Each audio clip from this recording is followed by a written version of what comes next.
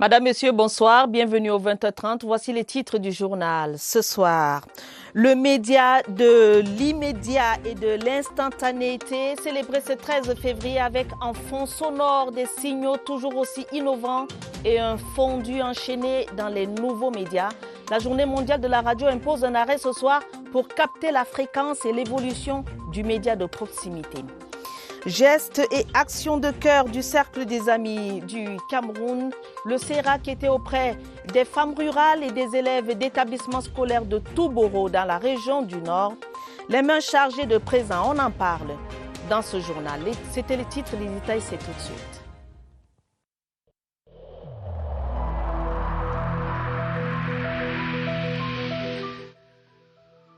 J'ai personnellement constaté que la plupart de nos concitoyens ne respectent plus les mesures de protection édictées par le gouvernement.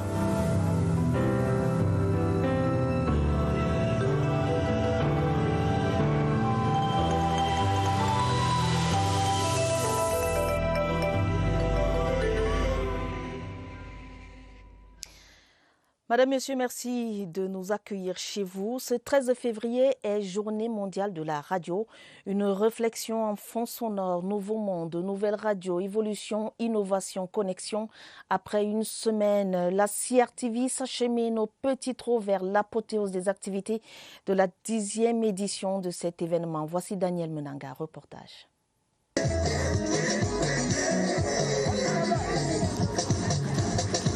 Vous avez dit connexion, la CRTV n'a jamais été aussi proche du monde. Illustration avec la radio. Après une semaine de commémoration des grandes voix, échauffement pour marquer l'évolution. La radio reste le média le plus écouté, le plus accessible partout dans le monde, le plus proche aussi des gens. Que c'est la voix de ceux qui nous descendent voix. Nous voulons dire au monde que la CRTV en particulier reste la meilleure radio, non seulement au Cameroun, mais dans la sous-région. Histoire raconte. Il était une fois un média vieux de plus d'un demi-siècle, mais qui évolue, innove. Lundi, nous allons primer les meilleurs professionnels de la CRTV 2020. Les 10 stations et les 7 FM attachés à la radio. Nous avons aussi le corridor film. Et ce corridor film, c'est une couloir qui sera comme un musée de la radio. L'ouverture solennelle de la salle de rédaction radio. Cette fois, la radio CRTV donnera à voir. Vous avez dit évolution. Journée mondiale de la radio, parlons maintenant des habillages des journaux parlés du poste national de la CRTV. Eh bien, les mémoires des Camerounais continuent d'être marquées, très marquées d'ailleurs par ces notes particulières, génériques et transitions devenues cultes par le temps et l'usage et donnent vie à l'information, mais il semble y ajouter quelque chose encore plus incroyable dans cette composition. Camerounais d'ici et d'ailleurs, jeunes et vieux partagent à travers ces refrains une histoire à la fois commune et singulière, un facteur d'unité nationale. Aboubacar Abo.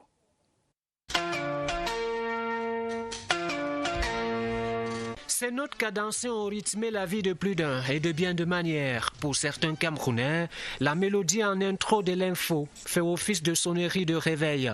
Par exemple, l'annonce du journal de 6 heures a arraché les bras des Morphées, élèves et enseignants, parents et enfants. C'est devenu une alarme bien réglée, renseignant sur l'heure tout au long de la journée. Quand on était plus jeune, quand tu écoutes les génériques à la radio, en plus des informations croustillantes que tu sais que tu vas avoir, tu as à côté le doux fumet du repas de midi. La mélodie a dans d'autres ménages pris des airs de rappel. Te rappelais que tu dois aller à l'école. On n'avait pas besoin de montre pour connaître l'heure. L'indicatif des journaux parlés a dans bien de cas arrêté l'OTAN. La composition originelle est devenue un véritable hymne indémodable. Le générique qui m'a le plus marqué, c'était le générique du journal de 20h, 20h30. On devait attendre les parents pour manger le soir. On prenait notre repas du soir en regardant le journal. Un chant de ralliement qui a gardé dans les rangs de la patrie les fils d'ici et d'ailleurs, loin des habillages ethniques ou politiques. Alors que corps et trompettes entonnent l'air de la journée mondiale de la radio, générique et transition des journaux parlés du poste national de la CRTV, jouent les compteurs, témoins d'un passé commun, pour chanter aujourd'hui, plus qu'hier et bien moins que demain, l'unisson d'une nation unie.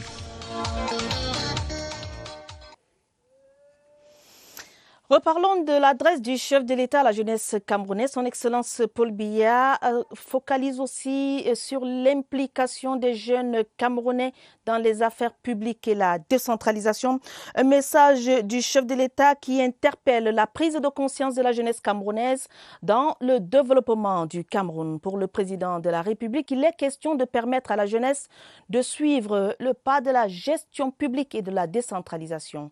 Joël Igor Abanda.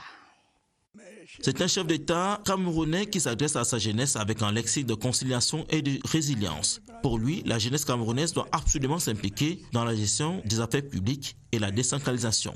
Une mission que la jeunesse camerounaise doit à tout prix faire sienne. Et en ce 11 février 2021, jour de la fête de la jeunesse au Cameroun, les jeunes Camerounais sont appelés à s'impliquer dans la gestion des affaires courantes de la République. Il est donc désormais question que la jeunesse camerounaise prenne en main les affaires publiques du Cameroun et de s'impliquer dans la décentralisation qui est en cours depuis décembre 2020. Un engagement du chef de l'État qui va permettre à la jeunesse camerounaise de faire sienne la gestion des affaires publiques, mais aussi et surtout de s'impliquer dans le processus de la décentralisation avec les conseils municipaux et régionaux qui font la part belle aux jeunes. Cette implication de la jeunesse camerounaise dans les affaires courantes et la décentralisation pourra à coup sûr permettre un plein épanouissement des jeunes dans la gestion des affaires de la République du Cameroun. Les sénateurs de la région du Centre confient l'année 2021, mais aussi le chef de l'État au Seigneur. C'était cet après-midi à Yaoundé au cours d'une messe d'action de grâce présidée par Monseigneur Jean Barga. L'archevêque métropolitain de Yaoundé a invité les sénateurs à être des apôtres de la paix. Mathieu Kemgo. C'est la résidence du sénateur Sylvestre Na-Ondoa, vice-président du Sénat, qui a servi de cadre à cette messe d'action de grâce. Les sénateurs du centre, leur père à la Chambre haute du Parlement et d'autres invités ont joint leur prière à celle de l'archevêque de Yaoundé, Monseigneur Jean Barga, pour confier l'année 2021 à Dieu. Saisissant l'occasion de la célébration de l'anniversaire du président Paul Biya, les sénateurs du centre ont prié pour la poursuite de son œuvre salvatrice à la tête du Cameroun. Nous voulons nous joindre au reste des Camerounais, ceux qui ont une très grande idée de notre pays, pour prier aussi pour le président, puisque aujourd'hui il fête son anniversaire. Que Dieu lui donne beaucoup de sagesse pour qu'il puisse mener à bien notre bateau qu'on appelle le Cameroun. Saluant cette initiative des sénateurs du centre, Monseigneur Jean Barga les a invités à être des apôtres de la paix, mais aussi des soutiens aux initiatives de développement. Que tout Camerounais s'investisse à fond, sans s'appuyer sur ses intérêts ou sur sa fatigue ou son désintéressement, pour que chaque jour, nous fassions tout ce qui est possible afin de faire le bien. Monseigneur Jean Barga a invité les fidèles à être attentifs à l'évolution de l'archidiocèse de Yaoundé, qui a besoin de tous ses enfants pour elle aussi participer à l'œuvre de la création divine. Nous reparlerons de la célébration de l'anniversaire du chef de l'État au cours de ce journal. Du matériel didactique et agricole offert aux établissements scolaires et femmes rurales du Mayoré dans la région du Nord pour booster l'excellence scolaire et la production agricole. Le geste est de la première dame, Chantal Biya. Ces dons leur ont été remis ce samedi à Touboro par la délégation du CERAC en séjour dans cette unité administrative conduite par Aminatou Bello et bien la délégation conduite par Madame Aminatou Bello.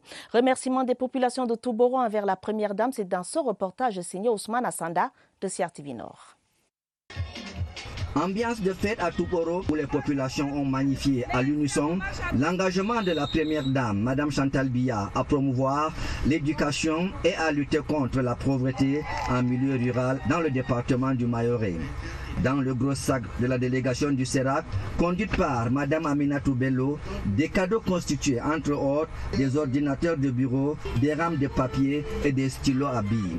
Une action du CERAC qui ouvre les portes à l'excellence scolaire. Avec les dons que Maman Chantal Biya nous a offerts, en tant qu'une directrice dans une école, le niveau de l'éducation des enfants va maintenant évoluer parce qu'on avait des manques dans nos institutions. Le bon geste de l'ambassadrice de bonne volonté de l'UNESCO s'est étendu aux femmes rurales du Mayorais. Ces mamelles nourricières ont reçu, entre autres, des intrants agricoles, des machines à extraire l'huile d'arachide et des tricycles.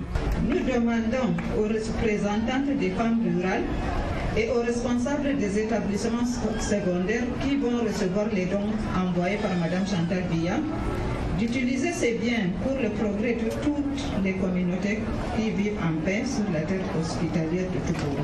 La communauté éducative et le monde rural entendent saisir cette perche tendue par Mme Chantal Biya pour sortir le Mayorais de la zone d'éducation prioritaire et pour que ce département soit plus que par le passé le grenier du nord du Cameroun et de la sous-région.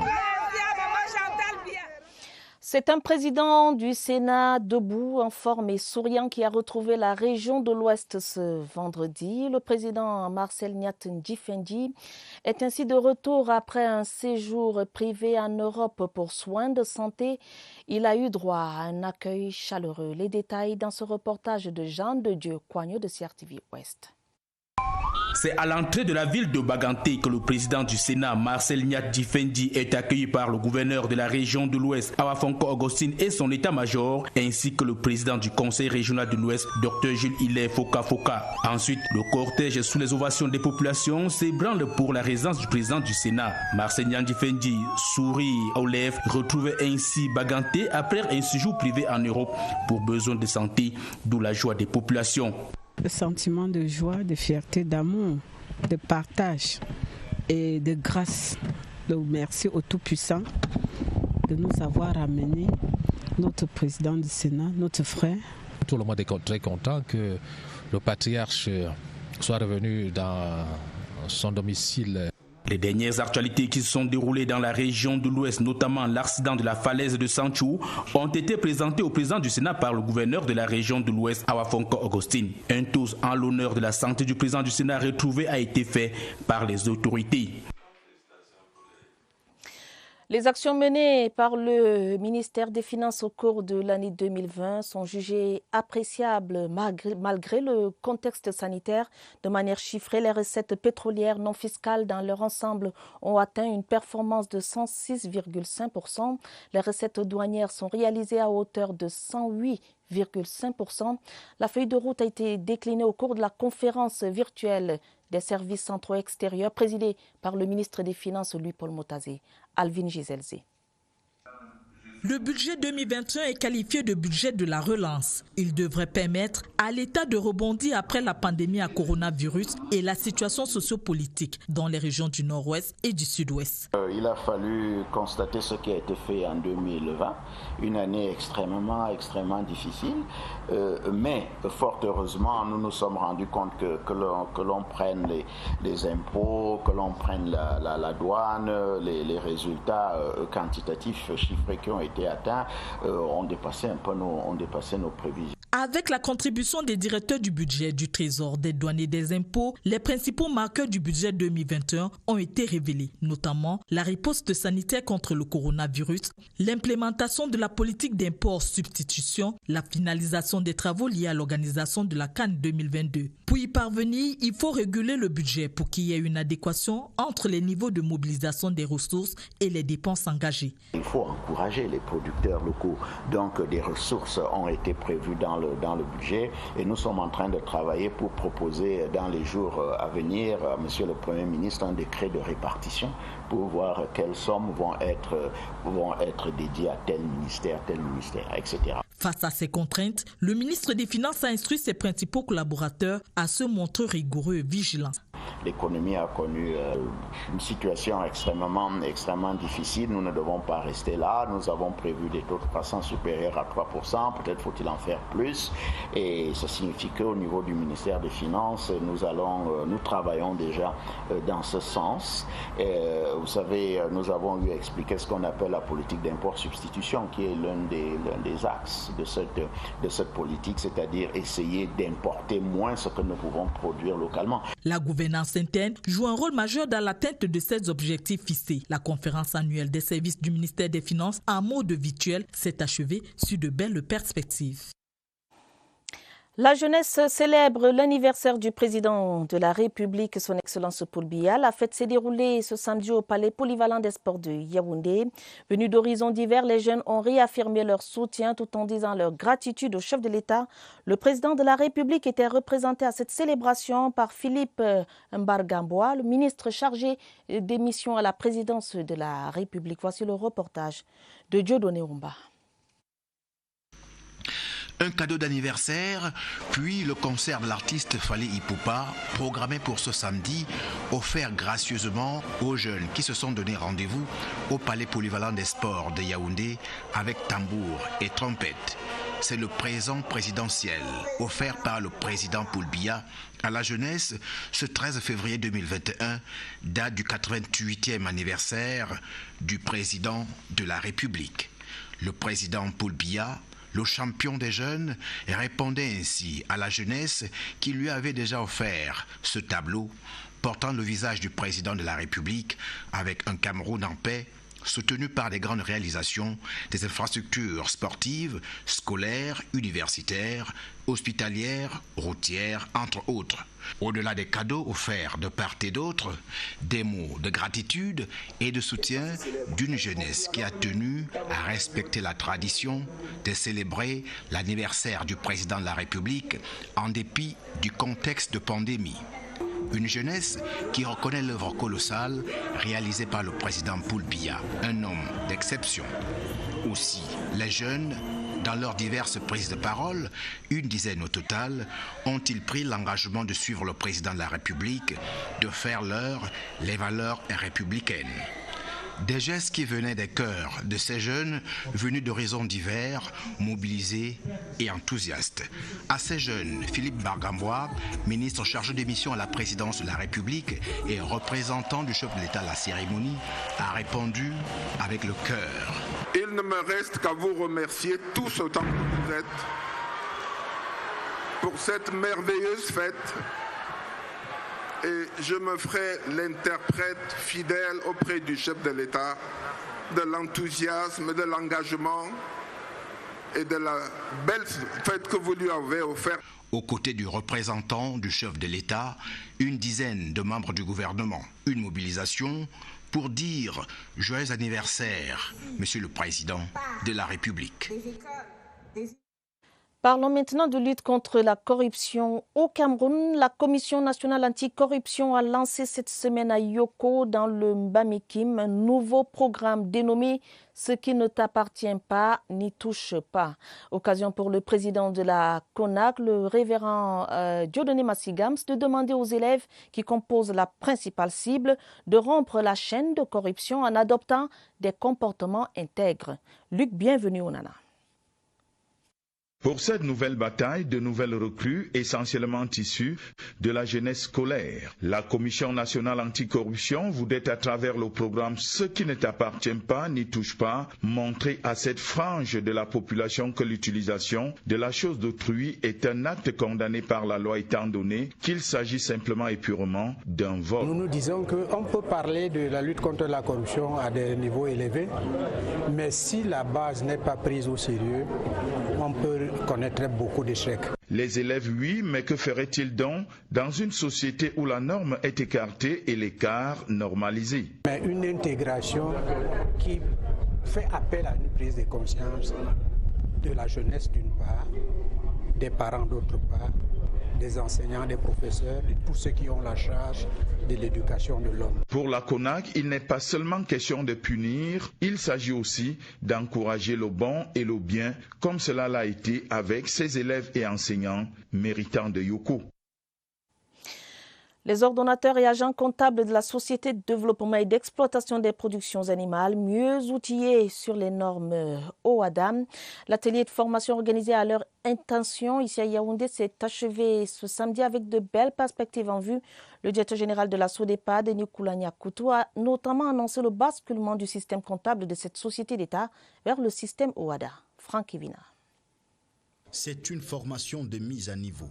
Ordonnateurs de dépenses, comptables et autres auditeurs d'entreprises de la Société de développement et d'exploitation des productions animales sont appelés à opérer le basculement vers le nouveau système comptable OHADA. Pour cela, il existe des préalables. On doit réécrire tous nos comptes effectivement dans le nouveau modèle.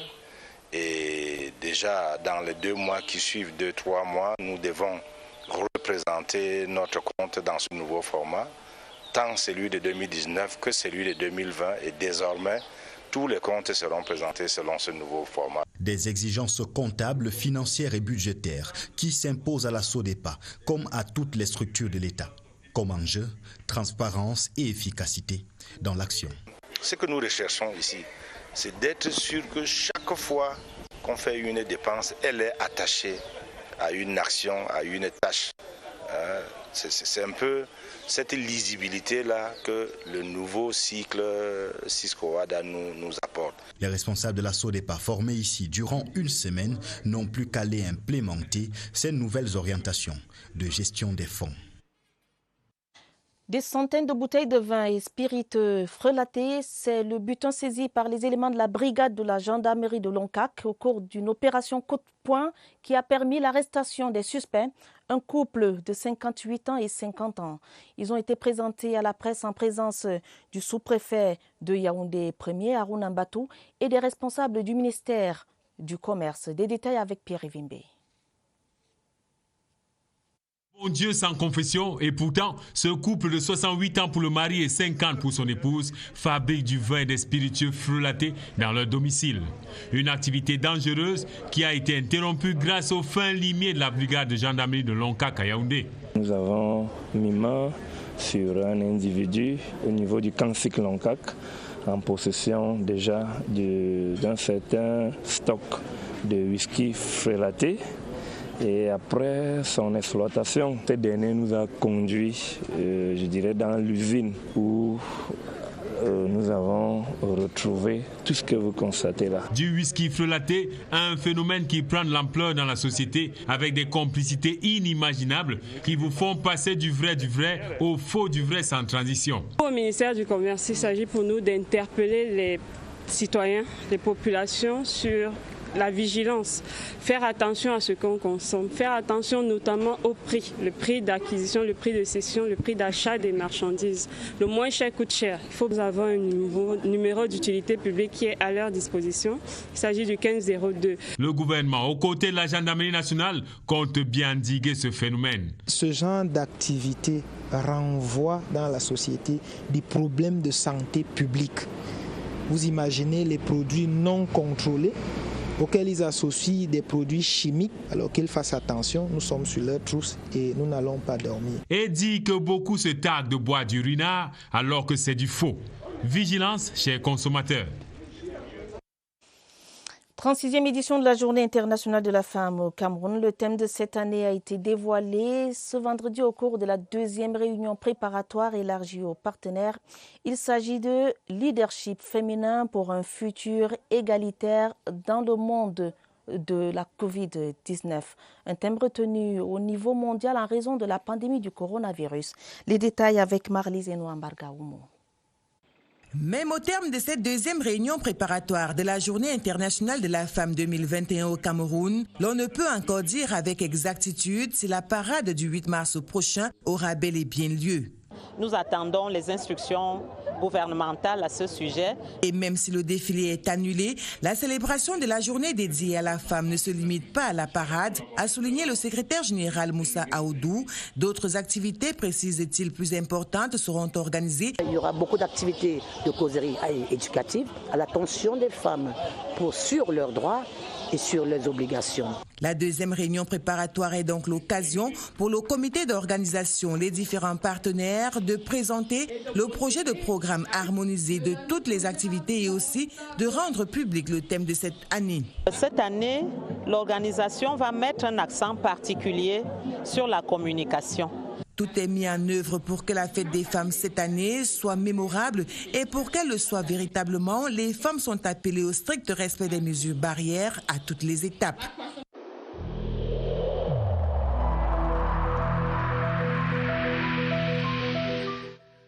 Je vous exhorte de nouveau à porter vos masques, à vous laver régulièrement les mains et à faire appel à un médecin ou à tout autre personnel de santé au cas où des symptômes apparaissent.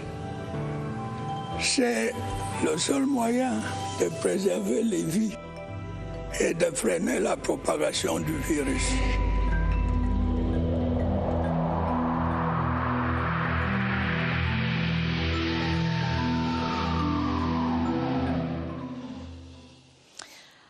Faisons à présent le point de la situation sur la pandémie à coronavirus au Cameroun. Le virus existe et continue de faire des ravages.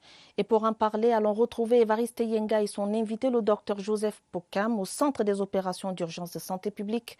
Bonsoir Évariste Yenga, quel bilan faites-vous ce soir? Bonsoir. Le calme n'est qu'apparent. Le virus, il circule encore et il fait quelques victimes, même si la plupart sont déclarées asymptomatiques et que la prise en charge est possible à distance. Essayons de voir plus clair avec un spécialiste de la chose. C'est un virologue, le docteur Joseph Pokam. Essayons de voir jusqu'où circule le virus au Cameroun en ce moment. Docteur, bonsoir. Bonsoir, M. Yenga. Où en est-on avec la propagation du virus au Cameroun?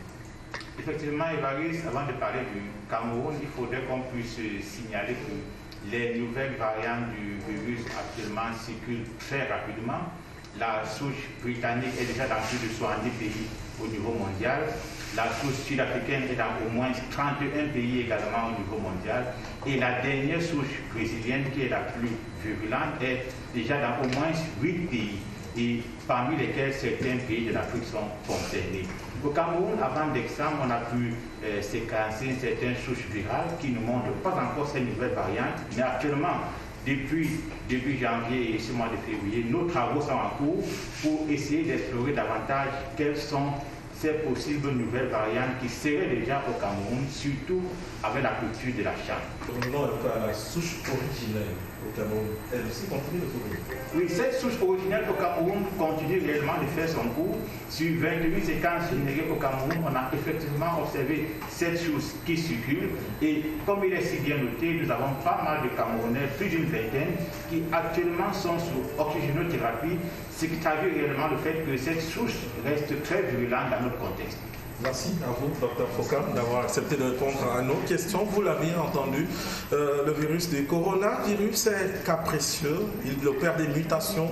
Il y a ces nouvelles variantes qui, elles aussi, se propagent déjà. Vous l'avez suivi, la souche sud-africaine sur pratiquement 31 pays, pas seulement du continent, mais dans le monde entier en ce moment.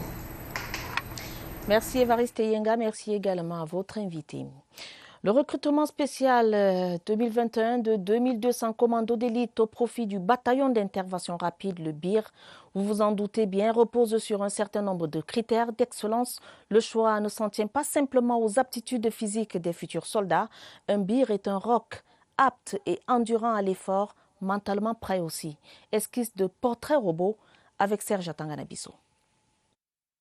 Là, on aura quand même quelques bons profils de soldats. Ils sont jeunes, endurants, c'est bien. Le colonel François Pellény regarde sur les recrues et des souvenirs qui affluent.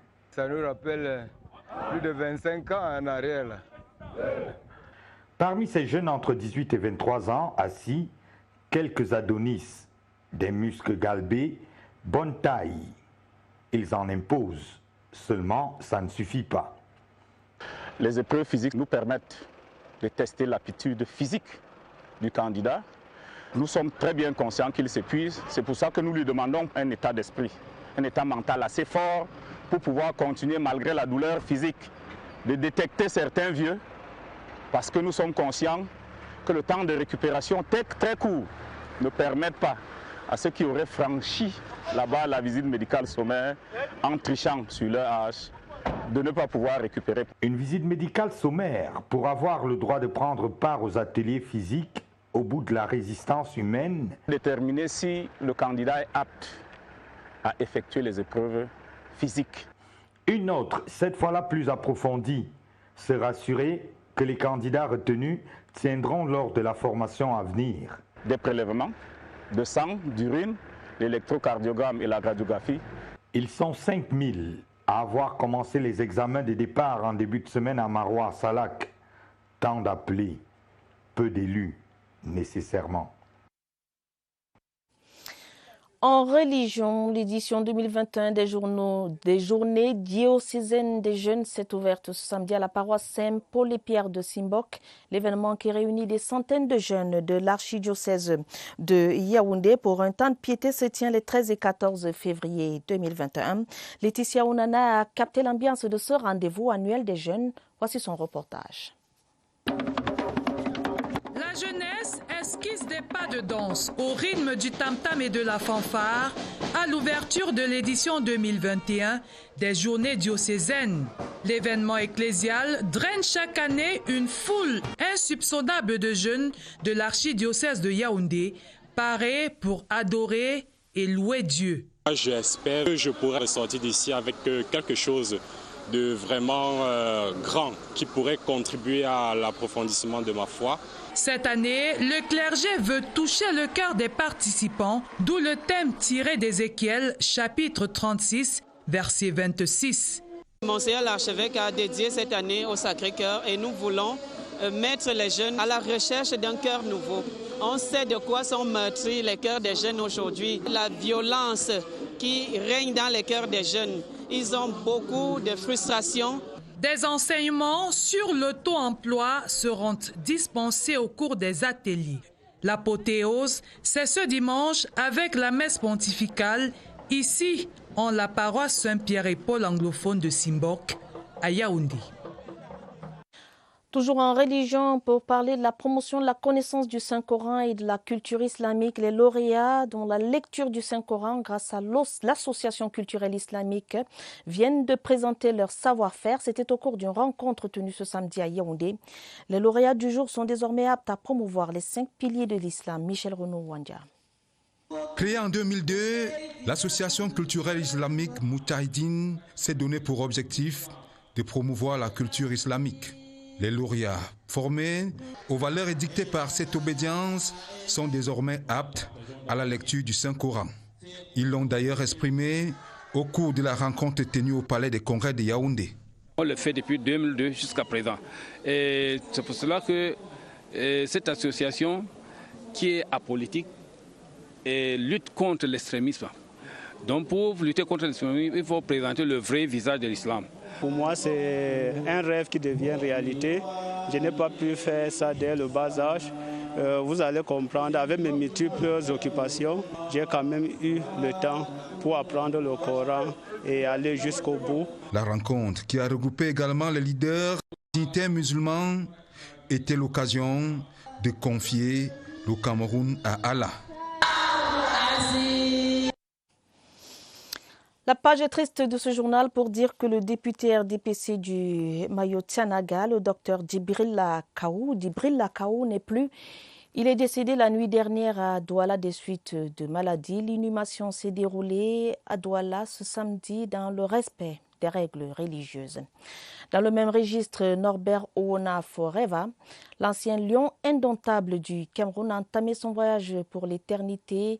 Sa mise en bière a eu lieu à Douala, à l'hôpital de district de Niobel, en présence du ministre des Sports et de l'Éducation physique, Narcisse Mouele Kambi, et du gouverneur de la région du Littoral, Joseph Itoté. Je confesse à Dieu Tout-Puissant, je reconnais devant mes frères. Au cours de la messe de circonstance, l'âme de Norbert Owona a été recommandée à l'Éternel. Le célébrant en a profité pour demander au peuple de Dieu de ne pas faire de la mort une fin en soi, mais un passage obligatoire pour les hommes condamnés à mourir. Moment d'émotion, de piété, mais aussi moment d'hommage bien mérité pour ce fils du Cameroun. Le président de la République, son Excellence Paul Biya, a toujours voulu que la patrie honore ceux qui l'ont honoré. Il m'a semblé utile, en tant que ministre de tutelle, d'être là pour témoigner et rendre hommage à sa contribution à l'épanouissement du football dans notre pays. Sociétaire de l'Union sportive de Douala et ancien lion indomptable du Cameroun, Norbert Owona a connu un parcours atypique. En 1972, Owona Norbert faisait partie de l'équipe nationale. Le capitaine de l'équipe nationale en 1972 s'appelait Emmanuel Mvé.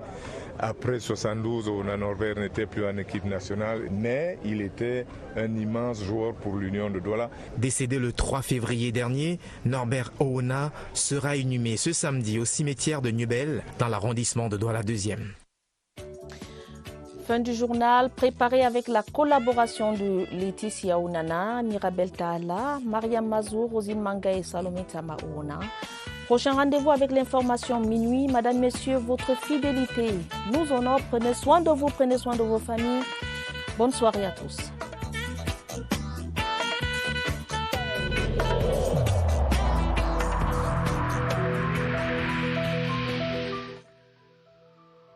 Malgré nos efforts, le Covid-19 a endeuillé de nombreuses familles et provoqué de graves difficultés dans le fonctionnement de notre économie et de notre société.